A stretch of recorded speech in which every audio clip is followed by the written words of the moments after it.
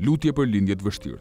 Mbi një lëkurë të hollë shkruaj: me emrin e Allahut të gjithë mëshirshmit, mëshirplotit. Sepse ditën kur ata do të shikojnë atë me çka janë kërcënuar, do t'ju duket se kanë jetuar vetëm një orë të ditës, dhe sikur ata kanë jetuar vetëm një çast tepër të shkurtër të ditës.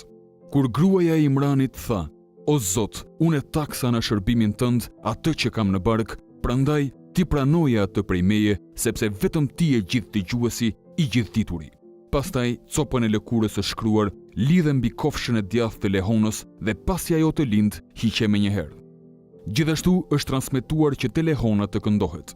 Dhimbjet e lindjes e bën atë të mbështetet në trungun e hurmës dhe ajo tha: as sikur të kisha vdekur para kësaj dhe do t'isha harruar një herë e mirë. Nga poshtë ajo u thirr: mos u brengos, Zoti yt bëri të rrjedh pranë teje një vije vogël uji. Ti shkunde trungun e hurmës se do të bien hurma të pjekura. Pastaj kënduesi lexon me zë të lartë ajetin: Allahu ju nxori prej barqeve të nënave tuaja dhe nuk dinit asgjë.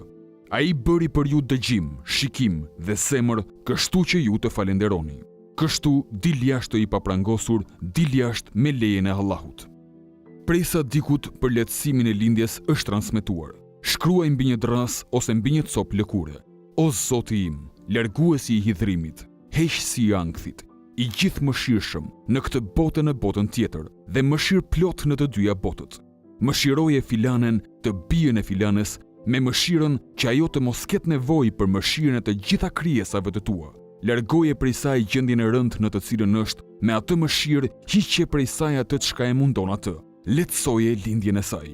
Mes tyre u vendos, atyre nuk u bëhet padrejtësi dhe u tha: falenderimi e lavdrimi i takojnë vetëm Allahut, Zotit të botëve.